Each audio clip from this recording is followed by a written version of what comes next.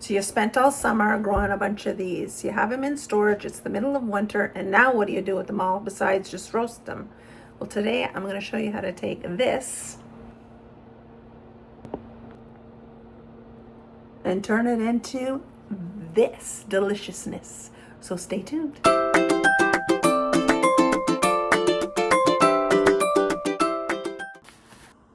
Hi everyone, my name is Marianne and welcome back to Garden and Grub, where I showcase how to use things that you've grown in your garden and you've preserved and how to incorporate that into your family's meals. So today we're going to do butternut squash. So we grew butternut squash this summer and I still have several of these left. So we're going to use it today in a dessert. So if you thought you couldn't have butternut squash as a dessert, think again. This is super easy, one bowl, and it's delicious. So stay tuned, and I'll put the recipe at the very end. I'll put it up so that way you can see, but it's very, very easy. One bowl makes a beautiful butternut squash pecan loaf. Stay tuned. So our inner bowl, we're going to put 1 cup of roasted butternut squash. I just scooped it out of the squash, so it's still in big chunks. So I'm just going to give it a mash.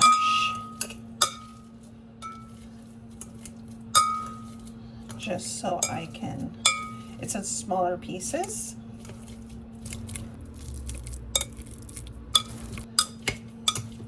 We're going to put 2 eggs.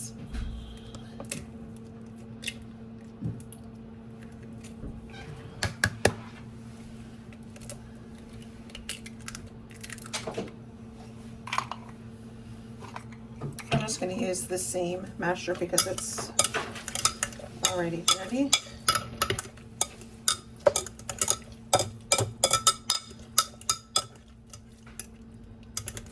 Gives me a chance to break up any more bits.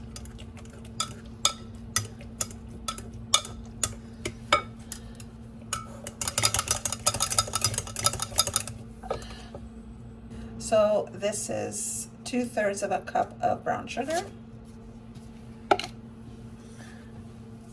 Just gonna stir that in.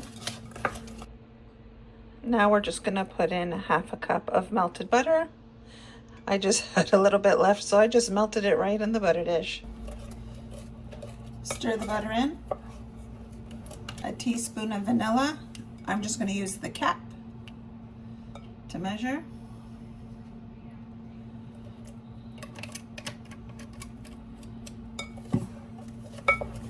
1/2 cup of cream.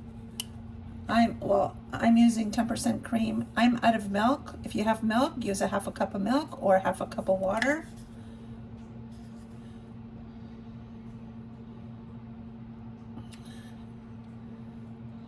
That's going in.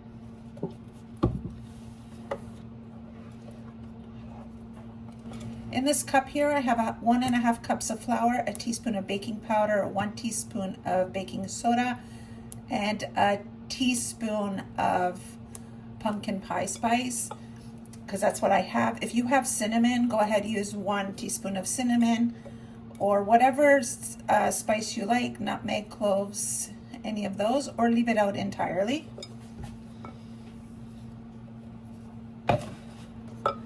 Just gonna mix this all in together.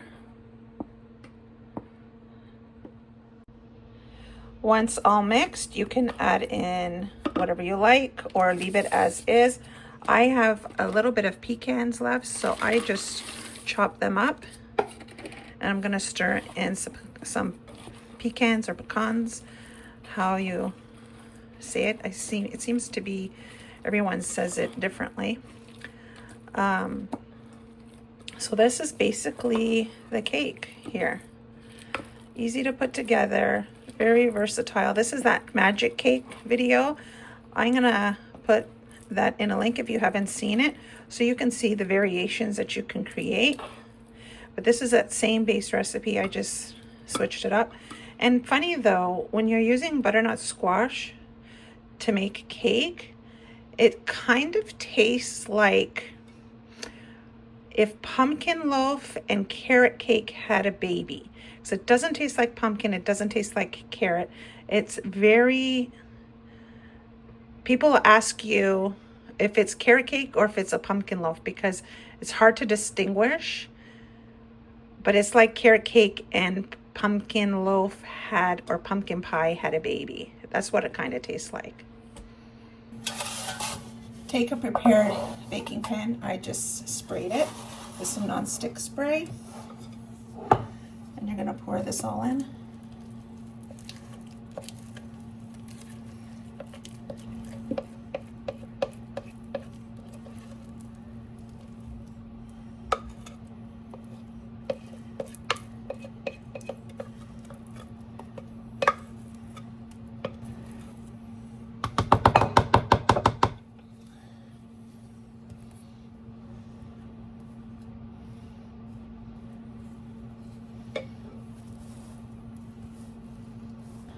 There you have it. We're gonna put it in the oven at 350 for about 55 minutes and then check to see if we're done this, because it could take a little less, could take a little bit more, but in my oven, it's about 55 minutes.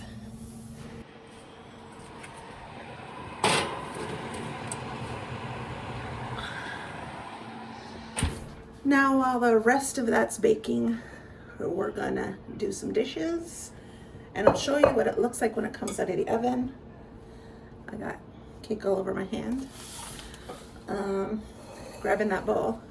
But with your leftover butternut squash, you can just freeze this, put it in. If you want to use it for this recipe, just save this in 1 cup portions in your freezer. So anytime you want to make this recipe in the future, you have your butternut squash already ready and portioned out instead of a solid frozen block. So that's what I'm gonna do today.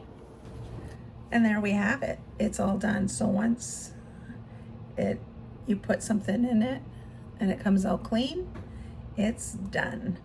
So what you can do is you could ice it with mix some icing sugar and milk together, or even with maple syrup, and ice that, and that's good to go. So what I am going to do is I'm going to put a few holes in here all the way around.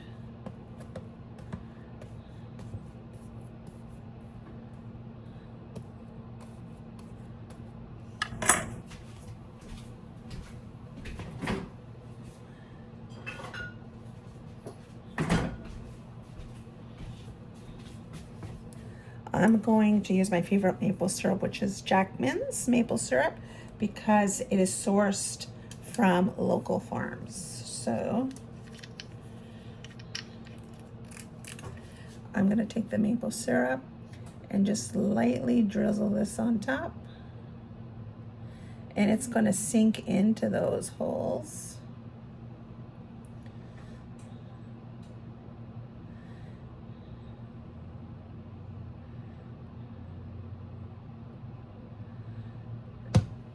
And there you have it. This is just a little bit of a glaze. It's gonna sink all inside, and it's gonna have a nice mapley flavor.